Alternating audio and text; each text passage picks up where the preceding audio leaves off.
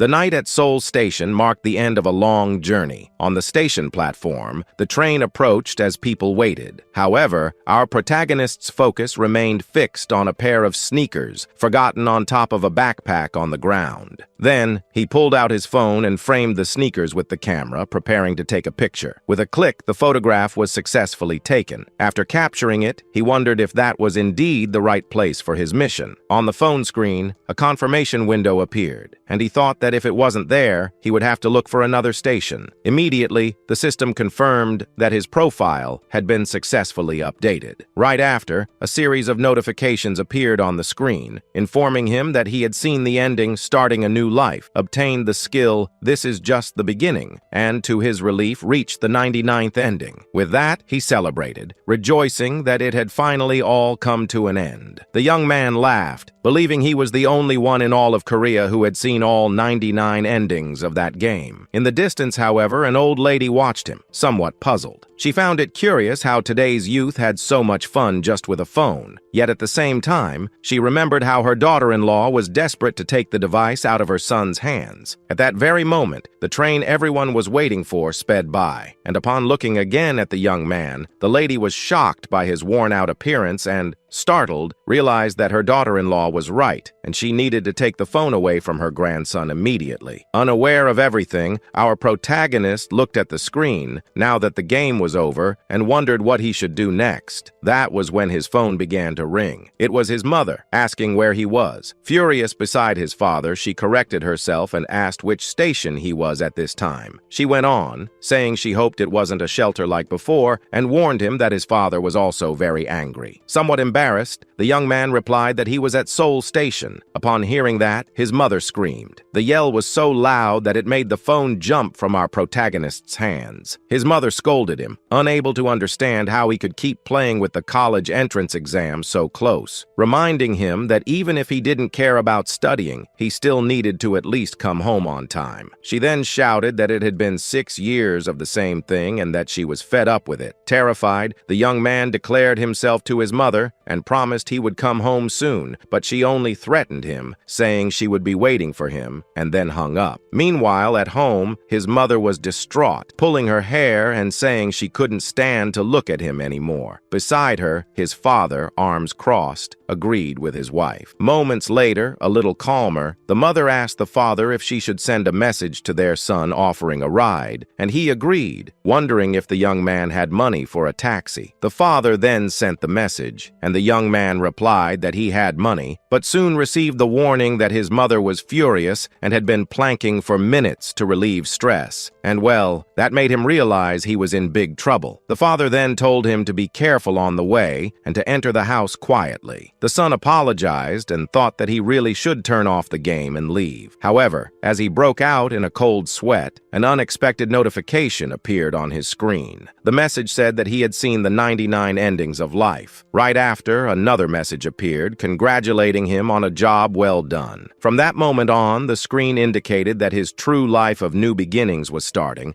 leaving the young man confused about what that could really mean. Soon, an explanation appeared. It was a game called Reset Life, which only the most dedicated enthusiasts could access through a secret route. It was considered a divine game, implementing location-based augmented reality, and had arrived 6 years before systems like it became common. Its difficulty, however, was so brutal that all players gave up, and even the game's official page was shut down. Because of that, he remembered the frustration of not finding any walkthroughs online, always encountering a 404 error. In another memory, Jin-ho heard a friend ask if he still played that bad game, but our hero simply confirmed it, responding casually by calling him a newbie. The friend then asked what the location was this time, and Jin-ho replied that it was the Seoul Central District Prosecutor's office, inviting him to go along. Upon hearing that, the friend wondered what he would do if he lived in the countryside. Jinho then explained that, in that case, he would spend his entire allowance and get part-time jobs just to cover transportation costs.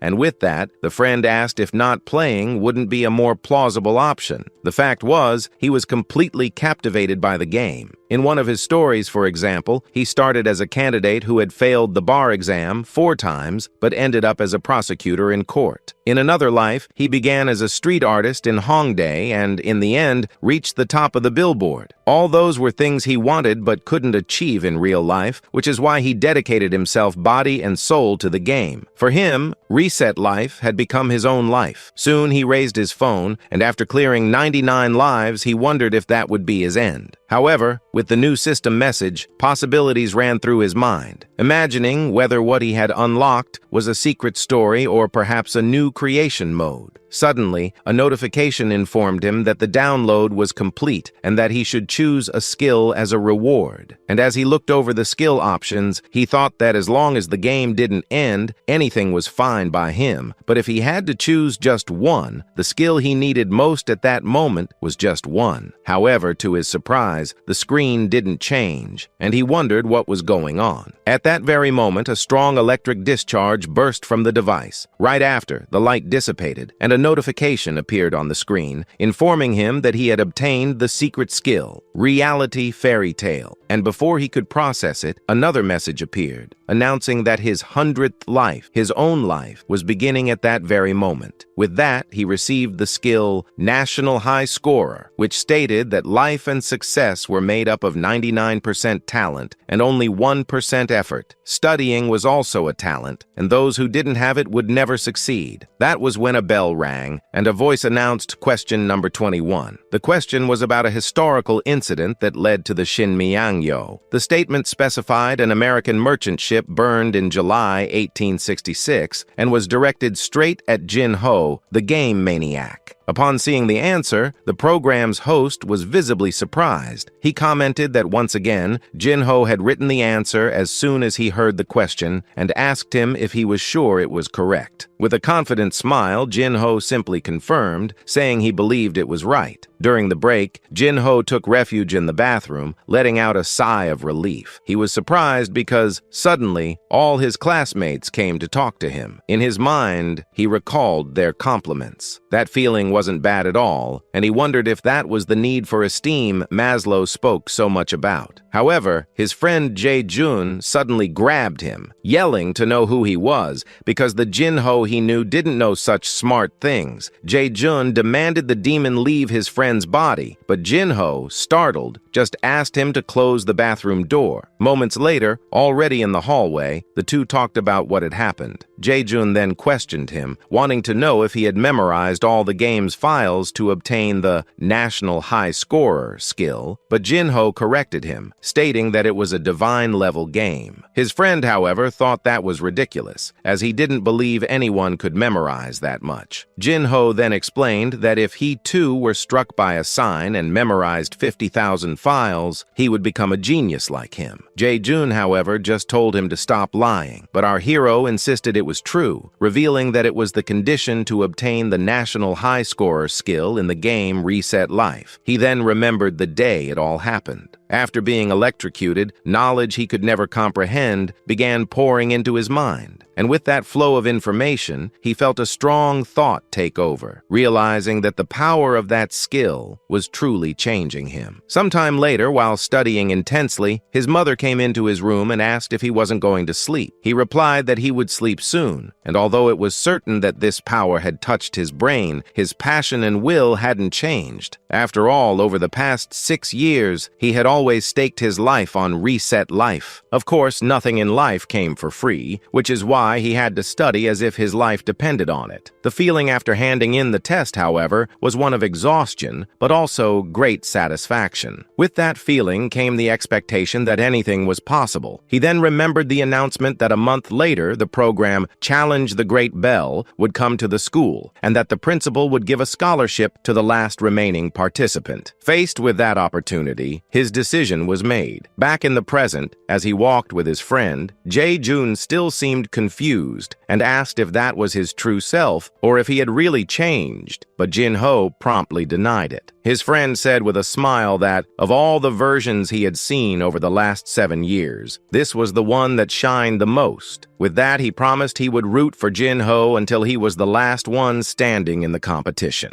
Our hero thanked him, and as they hurried to leave, he reminded his friend about his dance performance during the break. Jae-jun then reassured him, explaining that was why he had worked so hard, since it would be his first appearance on national TV. As he opened the door, Jae-jun was already planning the celebration, suggesting that after Jin-ho won the scholarship, they eat pork cutlets, then go to an Italian restaurant, and finally eat pizza, though that only made our hero wonder how he didn't gain weight. When they opened the door, they were met by a crowd of classmates shouting Jin-ho's name. Amid the commotion, one of the students asked excitedly if he had already checked his preliminary college entrance exam scores. The classmate then revealed that he might be the only person in the entire country with a perfect score. Jin-ho, somewhat embarrassed, feigned surprise and commented that the test hadn't even been that hard. The news left the school principal ecstatic, who, supported by 2 teachers, declared that he would use all his assets for Jin-ho's scholarship. Unaware of the commotion, our hero simply asked if the scores had already been released. He then explained to his friend that since his mother hadn't believed him, he imagined Jae-jun wouldn't believe him either. Jae-jun, once again shocked, questioned who he was, asking for him to leave his friend's body, but Jin-ho just asked him to stop that. That night, the celebration at Jin-ho's house was so loud it could be heard throughout the building. His mother shouted, celebrating her son's perfect score. And in front of the certificate with his top marks, Jin-ho apologized to his parents for only showing his gaming addiction, but his mother now seemed to understand his feelings. His father then reassured him, saying that if it was a study game, he should have said so earlier. Next, he proposed a toast to Jin-ho's early admission to university. After the toast, his parents asked about his plans until college began, suggesting he could tutor, since even distant relatives were asking for his help. At that suggestion, our hero gave an awkward laugh. He then revealed he was thinking about taking a trip alone for a while. This idea was inspired by another skill he remembered from the game, called Where There's a Will, There's a Way, which taught that knowledge, health, and even style could be improved. He recalled the conditions to obtain it, which involved a ritual of leaving purified water under the midnight dew and performing 108 bows for 77 days. The ritual ended by applying the water to the face and then drinking the rest. The ritual had to be carried out in front of the Gwanbong stone Buddha statue at Gatbawi, which, according to the game, granted wishes. Remembering that condition, he recalled the conversation he had with his friend, who thought the requirements were crazy, but for Jin-ho, it was still better than being hit by a sign. Jae-jun, however, doubted he had really done 108 bows for 77 days, since he had discovered the game accepted a substitute location. However, Jin-ho called him stupid, revealing that he had only checked in at the location and copied the same photo of himself bowing 108 times. Now, however, that it had become reality, he realized those kinds of tricks would no longer work. And with that realization, he regretted not having improved his stamina beforehand. Arriving at the location, he was greeted by a monk who told him the path to Gatbawi was under construction. Already exhausted, Jin-ho realized that bowing was much harder than he had imagined. In fact, he had already spent all his energy just walking there and burst into tears after only 3 bows. But even exhausted, he didn't think about giving up. And in a moment of desperation, he remembered when he asked his friend Anyudwe for gym clothes. And well, that was his own nickname. And as Jin-ho himself explained, it was a combination of the words for glasses, acne, and pig. Even while mocking Jin-ho's appearance, Jae-jun agreed to take a picture of his uniform and send it to him. Our hero tried to take a picture of his friend's uniform, but the camera was accidentally in selfie mode, and upon seeing his own face, he was startled by what he saw. His friend, seeing that, burst out laughing, saying that Anyudwe's self-deprecating jokes were exaggerated. Jin-ho, however, recalled that at that time it hadn't been a joke, and he had been genuinely horrified by his appearance. He remembered how scary it was to look in a mirror, as seeing his reflection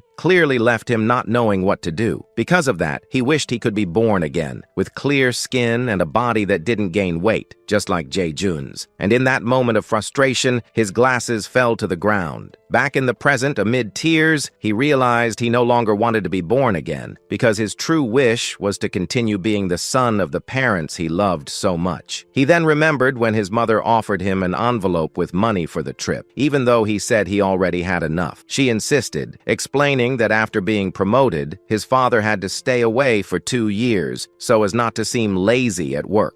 With that, his mother confessed that, being so busy taking care of his father, she ended up neglecting him and letting him get lost in games, thinking that as long as they made money, he would never go hungry, something she deeply regretted. In her thoughts, she only wished that, in his one life, he would at least enjoy games with his friends and stay healthy. Upon hearing that, she thanked him for having grown up so well on his own and declared her love for her son. In front of the Buddha statue, Jin-ho promised his parents he would return as a son they could be proud of. And so, on the last day of the 77th, a monk approached and asked if he was ready to descend the mountain. With a confident smile, Jin-ho, now visibly changed, confirmed. He then thanked them for everything, closing that chapter of his life. The story then jumped to the bustling Incheon airport. There, a crowd of fans screamed hysterically for their idol. Soon, a group of 3 young artists passed by, waving to the crowd as they were bombarded by flashes. To contain the crowd, 2 security guards asked everyone to step back. Then, one of the guards, confused by the commotion, asked over his radio what was going on and if any group member had separated from the fans. His colleague, however, just said no. The first guard wondered if all that excitement was really for an ordinary person, while our hero, next to him, found it strange how he could confuse a celebrity with him. Embarrassed, the guard apologized for the misunderstanding, but Jin-ho said it was fine. Soon, the rumor spread through the crowd, who, surprised, discovered they weren't celebrities. 2 girls whispered, one saying she was sure they were rookie actors, and the other agreed. They then looked at Jin-ho and realized the reason for the confusion, commenting on how handsome he was. Meanwhile, in a text conversation, Jae-jun called Jin-ho a traitor for going to Italy alone, but our hero replied that he was already looking for the meeting point. Soon after, in a call, Jin-ho got irritated with his friend, denying once again that he had undergone plastic surgery. Lying in bed, Jae-jun shouted over the phone, saying that even a losing lottery ticket had its limits, and wondered where he could find such a ticket. He then remembered a text exchange where he sent a picture of himself, commenting that his legs looked thinner after the walk, and Jae-jun, sarcastically, said it was a big coincidence. Soon after, Jae-jun sent a picture of himself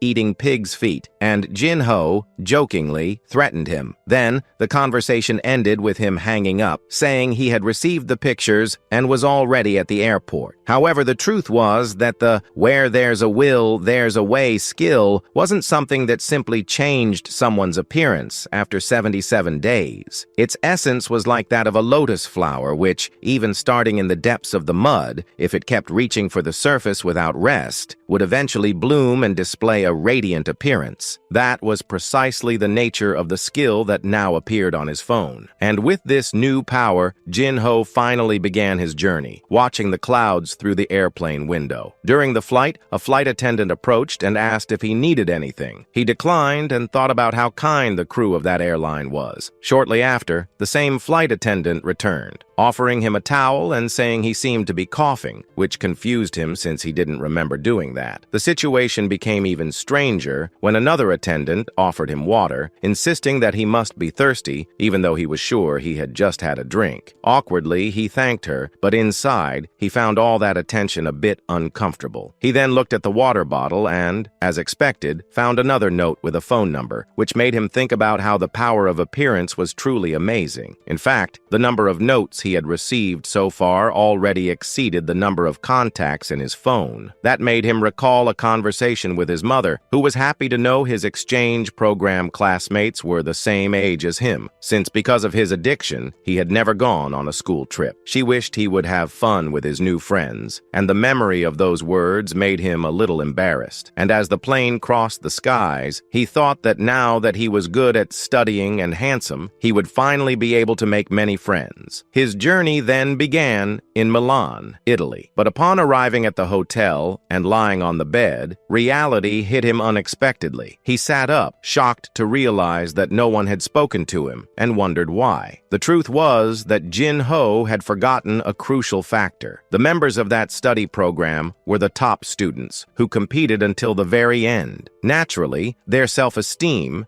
built through studies, was much higher than that of ordinary students, and it was among them that Lee Jin-ho appeared, a true disruptor of that ecosystem. He then thought that if he showed how good he was at Italian, they might come to ask him questions, but the others' reaction was even more admiration and distance. That, unintentionally, was a second blow, and to them, Jin-ho was on a completely different level. That was a simple rule of human relationships, but for Jin-ho, who had just left a life as a gaming addict, all of that was simply confusing. That night, lying in bed, he hoped he wouldn't have to spend the entire 2 weeks alone. The next morning, he sat alone in the courtyard of a cafe. He hadn't slept well, and soon a waiter served him. Since things had come to that point, he decided to have breakfast early, but thought that no food would taste good when you were alone, and with that, his appetite quickly faded. However, upon taking the first bite, he was surprised, exclaiming how delicious it was, and his appetite instantly increased. The freshly baked, crispy croissant had a soft, stretchy interior like cheese. He marveled at the flavor, wondering what kind of jam it was, as it was something he had never tasted in Korea. Suddenly, his attention was drawn to a man reading a newspaper at a nearby table. Then, our hero turned to analyze him better. Confident, the man stretched his leg, feeling at ease. Jin-ho then decided he shouldn't feel down, and, to celebrate, took a sip of his coffee, thinking about how cool he was enjoying the fashion capital. However, the taste was so awful that he instantly spat out the drink. The poor guy didn't understand the reason for the bitterness, and while checking the receipt, someone approached. It was a blonde woman who explained that the strong flavor had a simple reason. In Italy, the word cafe referred directly to espresso. She soon asked if the owner hadn't told him about that. Jin-ho felt embarrassed, admitting that he didn't know and should have researched it. The woman, however, complimented his fluent Italian, and he, in turn, was charmed by her beauty. She explained that his expressions were so varied that she couldn't resist starting a conversation and asked if he was a model or actor. Jin-ho, a bit shy, replied that he was just a student starting university that year. The woman then marveled, questioning how much of that precious talent he was wasting, but our hero simply thanked her, saying she was also very beautiful. She laughed, saying he needed to work on that, as he was too shy. Then she handed him a card, and to his complete surprise, she thanked him for the compliment and gave him a kiss on the cheek, leaving him redder than a pepper. Next, she asked him to call if he was interested and advised him to act in a way more fitting for his looks, with a straighter posture. With an intense look, she gave him one last glance, and said that if she had known what he looked like without glasses, she would have kissed his lips instead of his cheek. She then lamented the missed opportunity and walked away, leaving Jin-ho completely frozen and speechless. His heart raced, and he could hardly believe that, for the first time in his life, something like that was happening. In his mind, a fantasy played out in which she praised him and called him a prince. And at last he realized that for the first time he had been noticed by a beautiful woman. Snapping out of his daydream, he realized it wasn't the time for distractions and that he needed to save her number quickly. Looking more closely at the card, however, he saw it was from an Italian modeling agency. The penny dropped, and recalling his mother's voice warning him not to count his chickens before they hatched, he realized it was an invitation for a modeling audition. Suddenly, he put his hands on his head, complaining about how spicy that was, and a female voice asked what he was talking about. He turned and was surprised to recognize the person. It was Kim Sung-mi, writer and supervisor of the program, who scolded him for calling her aunt and made it clear that after working until dawn, she was too tired to deal with any teasing. He replied that it would be a waste to sleep while in Italy. She, in turn, noted that he had also woken up early while everyone else was probably still asleep. Jin-ho sheepishly said he was so excited that he couldn't sleep, though in truth, he hadn't slept well because of worry. And well, seeing that Seung-mi had ordered the same thing as him, a small hope arose, and he thought maybe she could solve his problem. He then called her and said he had a small problem to resolve, and she asked what it was. Just as the waiter arrived with their orders, Jin-ho prepared to explain his problem. However, an awkward silence hung between them as they looked at the food. Suddenly, Jin-ho brightened, celebrating what he called the power of adult wealth and citing a skill from the game, while Seung-mi just watched him in confusion, not understanding what reset life meant. He then explained that the order seemed to have come out wrong and, a bit embarrassed, asked her to speak to the owner, and she readily agreed. Then Seung-mi went to the owner and explained that her companion's food seemed wrong, as he hadn't ordered that much. The owner, however, reassured her, saying it hadn't been a mistake. Our hero then asked why, and at that moment, a terrible suspicion crossed his mind. He imagined it could be a scam, one of those where they serve unsolicited food to overcharged tourists who don't know the language. The owner, however, smiled charmingly and explained that he just wanted Jin-ho's jewel-like eyes to shine in his cafe a little longer and asked her to relay the message. Now sweating and with a look of dread, Jin-ho asked Seung-mi what the owner had said. She hesitated, asking if he really wanted to know, but Jin-ho's growling stomach soon interrupted her, and so he told her to hurry as he was hungry. Under the clear morning sky, the tension dissipated. Then Seung-mi, laughing, thanked the owner. Soon after, she turned to Jin-ho and asked if he wasn't bothered, and he, confused, asked why. She said that he had just received a random flirt, but Seung-mi downplayed it, saying there was nothing wrong with innocent kindness. She went on to say that even if it wasn't pleasant, he should be more concerned about having been approached by a beautiful woman so early in the morning,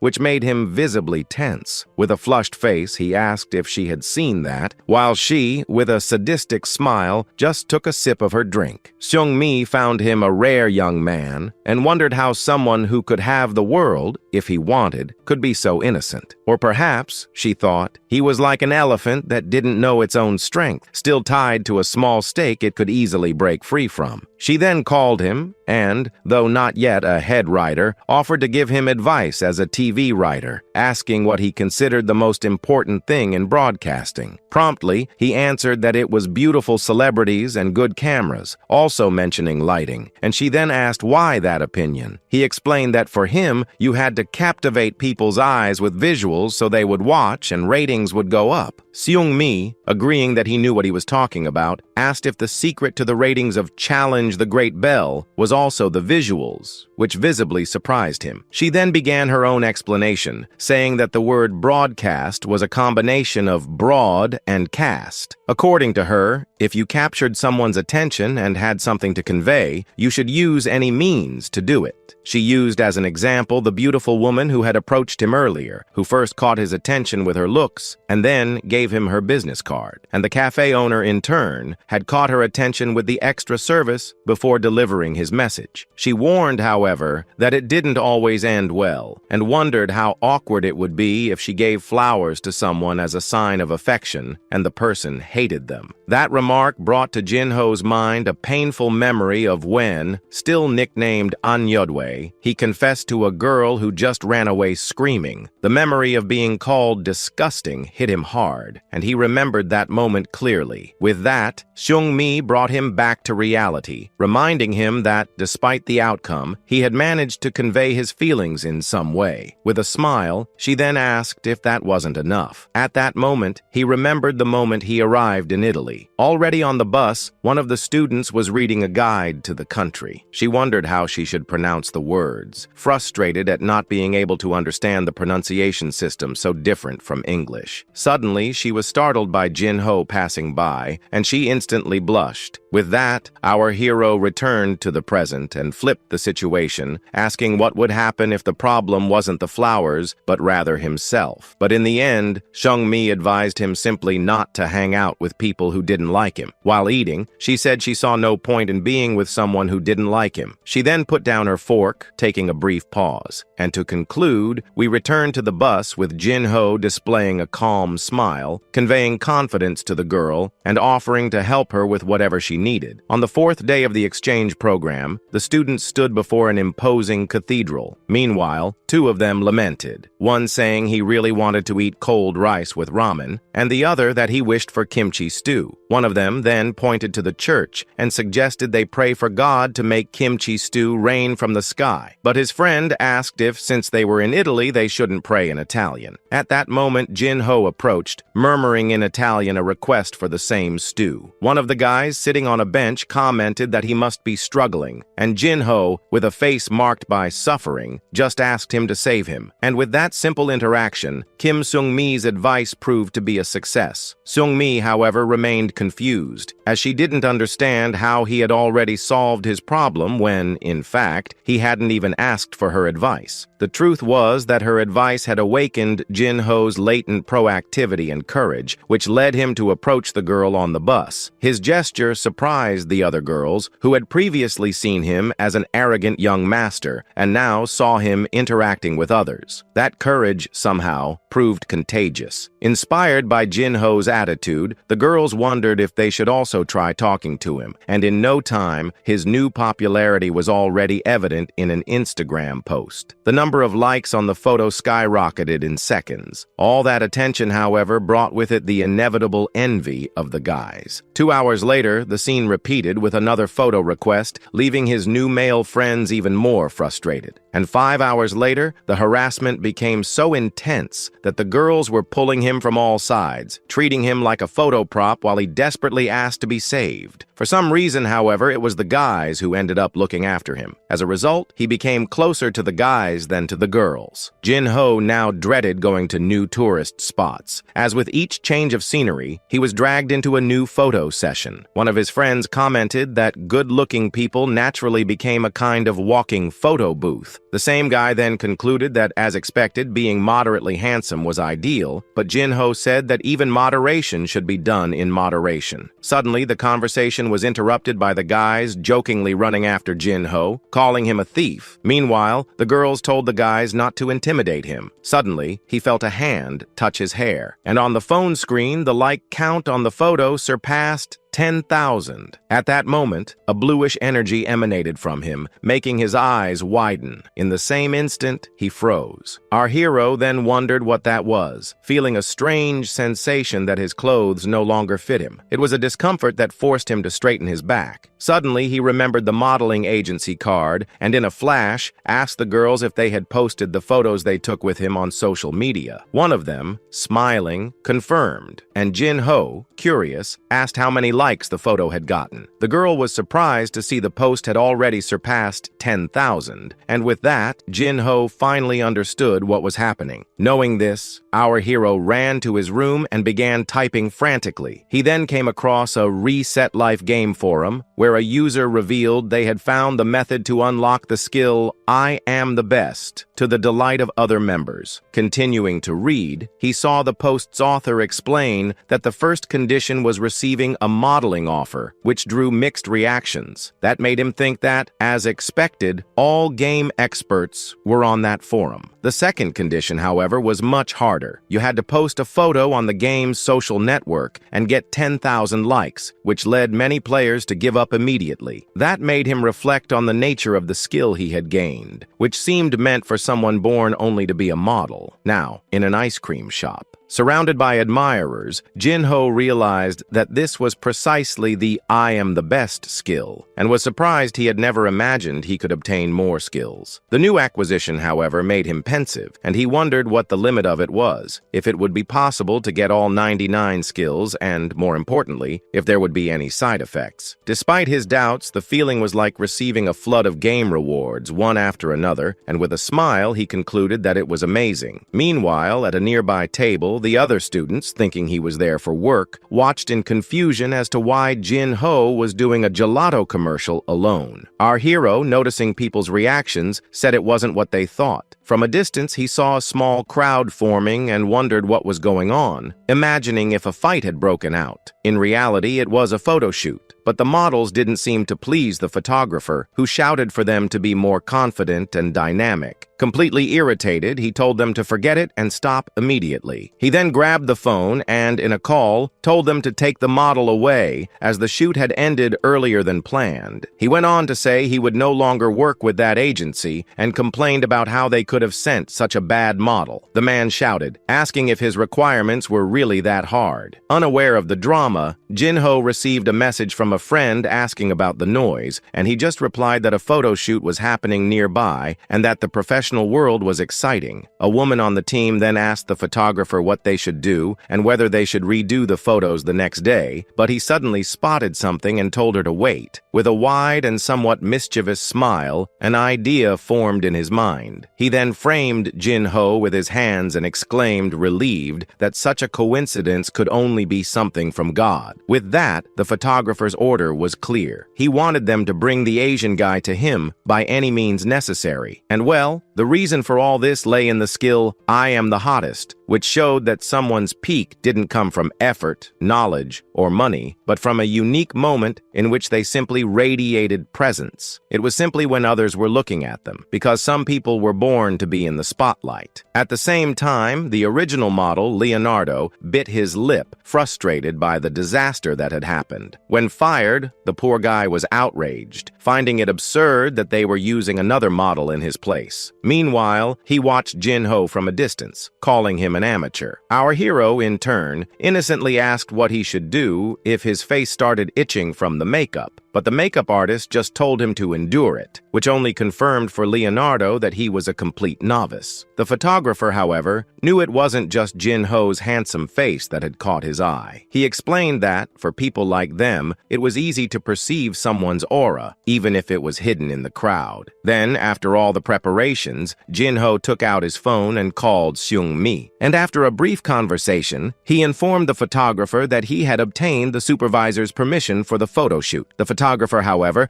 asked if he was really a professional model, making it clear that, although it wasn't an obstacle, he needed to know. Faced with the doubt, Jin-ho admitted that if the question was about experience, the answer was no. Then, the set lights came on. He then continued, stating that if the question was about skill, then yes, he was a professional model. Our hero simply explained that he wasn't famous yet, and that was why he didn't have an agency. At that moment, the image of a chained elephant came to his mind, and with that, the chain that bound him finally broke with a snap, and the great animal, now free, walked toward the light, leaving behind the stake that once held it. Seeing Jin-ho pose, Leonardo, the fired model, was completely shocked. Unlike him, the photographer couldn't stop shouting. He then asked Jin-ho to lift his chin a little and look more arrogant, and then announced it was time to shoot with props. Watching the photo session, Leonardo, with a heavy heart, could already foresee the outcome. He could visualize the complete spread and imagined how the photo shoot would look amazing. In his mind, he saw readers' hands stopping to look at the photos in the magazine and realized that, above all, Jin-ho was simply incredible. The funniest part was that, at first, Leonardo only watched the shoot intending to mock the photographer if something went wrong. But now, Leonardo just realized the huge difference in level between them. The story then skipped ahead, returning to Seoul, Korea. Back in his routine, the sound of the shower echoed in the bathroom of his house. Then the toilet flushed, and right after, our hero dried himself with a towel. Suddenly, amid the steam from the shower, he noticed something in his reflection, and unlike his previous version, he now smiled, satisfied with what he saw. With a smile on his face, he found himself handsome and reflected on how that exchange trip had been full of new experiences. He remembered even participating participating in a photo shoot, promising the photographer that he would consider working with him again when he came to Korea. And to his joy, he had also made many friends, who even dragged him into one last lively farewell photo. But beyond all the new experiences, one fact filled him with pride. When receiving an envelope with a considerable amount for his modeling work, his mother asked him what he would do with the money. And among all the possibilities, the best thing he had done was buying gifts for his parents for the first time. When he saw her, however, Jin-ho asked why she was wearing a scarf so early in the morning. Laughing, his mother explained that she needed to show off the gift her son had bought and said his father was even worse, though he wouldn't admit it. Jin-ho, however, doubted that. What he didn't know was that, at the gas station, his father's boss congratulated him. The man then noticed the new watch on his wrist, and his father tried to play it down, saying it was nothing special. However, he couldn't resist and, with a proud smile, said it had been a gift from his son, bought with the money he earned as a model in Italy. And under the blue sky, his parents' joy seemed to fly freely. Back at the breakfast table, his mother called him, and he promptly responded. His mother then asked if he knew Aunt Jin-suk. He remembered her well and thought of how she was the annoying lady who loved to humiliate him. With that, his mother, furious, revealed that this aunt wanted him to tutor her son. And with a somewhat dark smile, she asked him what he thought about that. Jin-ho began to ponder that if it was a request from his mother's friend, he could even accept. But he didn't want to burden Aunt Jin-suk with the cost of lessons. His mother, however, laughed, seeing through the flimsy excuse. She then asked if he wanted revenge, but he couldn't come up with a good excuse, leaving the poor guy completely cornered. Faced with his refusal, his mother then suggested Aunt Mi-young's name, which made Jin-ho's eyes light up, as she was one of the few people who always defended him. He remembered how Mi-young always sided with them, defending him from Jin-suk's criticism, and, to top it off, was the friend of his mother who always gave him a generous allowance. One day, Aunt Mi-young, keeping her composure, downplayed Jin-suk's concern and even boasted that no one else gave the boy such a generous allowance. Another day, she shouted furiously, questioning how anyone dared criticize the company in front of one of the biggest shareholders. Back at the table, Jin-ho tried to justify himself, saying he wasn't discriminating against his mother's friend and that the allowance he received from Mi-young was really significant. He then reflected on how, if he studied well, he could be a good son, and he truly felt happy for having gained the national top student skill. Then, as he was getting ready to leave, his mother asked if he was sure he didn't want her to go with him, but he reassured her, saying it was just the entrance ceremony, not the graduation. She then noticed the suit he was wearing and asked if it was the gift he had gotten in Italy. He confirmed, explaining that Jae-jun had insisted he wear a suit to the ceremony. Our hero remembered how his friend had been excited, saying that university students were already adults, and that suits were the symbol of adult life. Jin-ho, in turn, had wondered what a freshman should wear, but ended up agreeing with his friend, thrilled at the idea of wearing a suit. His mother, in turn, thought it was different from her time. He then said goodbye, promising to call if he was going to be late, and with a smile he left, feeling confident for a new chapter in his life. Under the morning sun, the university campus filled with new students. However, Jin-ho's arrival caused an immediate stir, leaving everyone stunned. The other students, surprised, wondered who that person who stood out so much was. The reason for this was simple. In the middle of the crowd in casual clothes, he was the only one wearing a suit. Among the comments around, someone was astonished that a freshman was wearing a suit for the ceremony and was already thinking about sharing it on social media. Annoyed, our hero took out his phone and sent a message to Jae-jun, who, to his dismay, revealed it had all been a joke. At that moment, with his face consumed by fury, he swore he would kill his friend. Meanwhile, at the School of Business Administration, Lee Jin-ho's absence was already noticed, as he was supposed to recite the freshman representative's oath. Two visibly nervous guys discussed how to contact him since the ceremony was about to begin. The problem was that, since he hadn't attended orientation and didn't use social media, no one knew what he looked like or what his number was. Hearing this, one of the upperclassmen grew furious, calling him arrogant. One attendee, indignant that he was late on the very day he was to read the freshman oath, imagined he was probably strolling casually through the main gate, sipping an iced coffee. Elsewhere on campus, two upper-class women looked at a photo on a phone. It was an anonymous post asking if a drama was being filmed at the school. The photo showed Jin-ho with his face covered, and seeing it, one of them marveled at how he could still be handsome even with his face hidden. She then wondered if he could be one of the freshmen, and her friend, excited, said she hoped so because she wanted to see him in person. Suddenly, the two were startled when approached. It was Jin-ho, embarrassed, asking if they were from the business department. Faced with the sight, the girls were completely captivated. He then introduced himself as the one responsible for the entrance oath and apologized for being late. One of the upper-class women, still in a daze, said it was fine. However, upon arrival, one of the angry upperclassmen appeared and shouted that it was not fine, scolding him for his tardiness. But upon seeing Jin-ho's charming smile up close, the upperclassman simply couldn't keep up the act. Jaw dropped, he could only think that indeed he was truly amazing. The ceremony then began, and Jin-ho, as freshman representative, solemnly took his oath. Meanwhile, in the audience, one upperclassman commented that he was much better than expected. His colleague, however, seemed completely smitten and said he liked him much more after meeting him. The upperclassman then asked if he liked him that much, and his colleague immediately confirmed. 10 minutes earlier, he had seen Jin-ho talking to some girls, and upon hearing him say his contact lens had fallen out, he was already impressed, wondering how a guy with a face like that could have a perfect score. As if the looks weren't enough, the suit he wore seemed to cost a fortune. He then recalled hearing about a chaebol heir who wore a tailcoat at the opening party, and a suspicion formed in his mind. To him, it could only mean one thing. That guy must be a chaebol heir, and his face wasn't known only because he wasn't the official successor. And with that, the misunderstanding grew out of control. Still, the upperclassmen thought that if they scolded a guy like him, he might just disappear without a trace, and that they should have listened when he politely spoke. With that, he decided it was better to let it go. Jin-ho then bowed, apologizing for not having contacted the upperclassmen and for missing orientation. He explained that the study trip was a once-in-a-lifetime opportunity and that, because of that, he had completely forgotten, admitting he should have sought their contact beforehand. However, the upperclassmen reassured him, saying that orientation wasn't mandatory and they weren't that kind of upperclassmen. His colleague, however,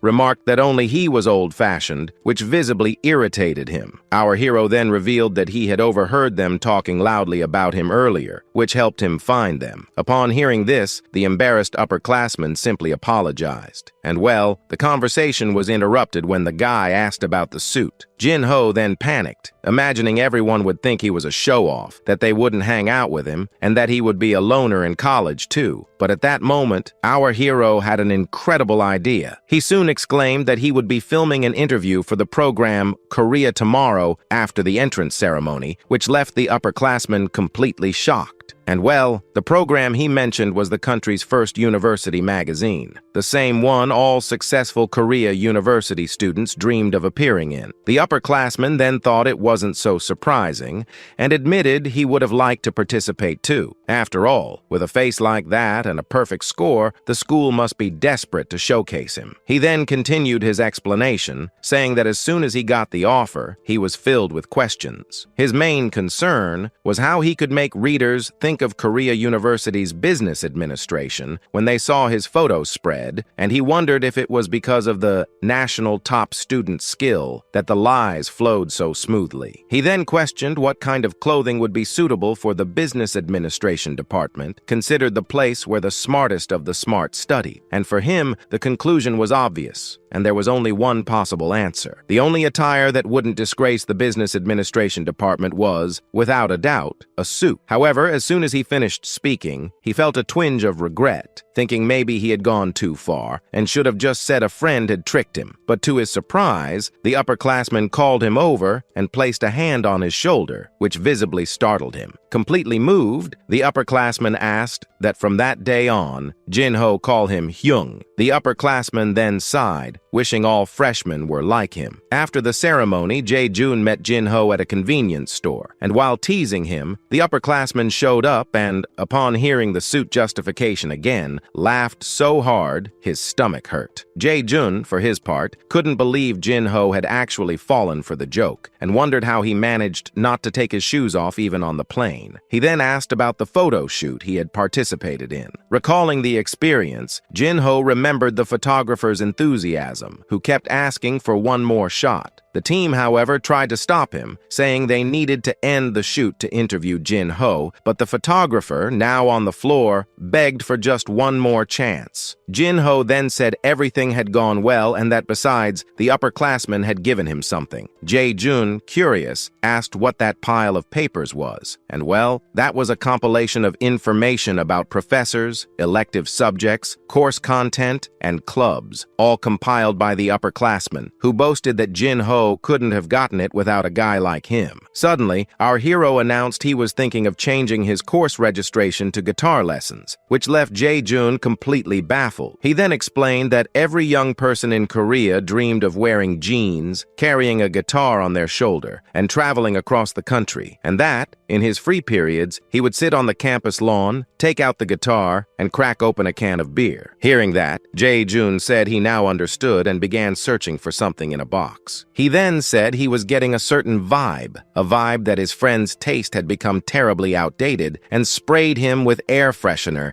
demanding the ghost of the 80s leave his body. Jae-jun, indignant, asked if he didn't have older relatives, and said that wearing that outfit with that face was the most disrespectful thing ever. He questioned the combination of a white t-shirt with a red jacket, but our hero proudly replied it was because red was cool and white was clean, which only made Jae-jun call him a clown. He claimed that if he were his mother, he'd cry every time he saw him in those clothes, but at that moment, Jae-jun's mother appeared and, to everyone's surprise, smacked her son on the head. Furious, she scolded him, asking if he thought she paid him double to mess around. She then scolded him for criticizing Jin-ho's outfit, revealing it had been a gift from his mother, and told him to think before speaking. Jae-jun, embarrassed, tried to play it off by complimenting the avant-garde style of the clothes, but Jin-ho, flipping him off, just told him to shut up. Now, in the office of French CL's chief designer, the team was in an uproar, questioning the boss's decision to head to Korea. One employee, outraged, reminded him that Paris Fashion Week was right around the corner,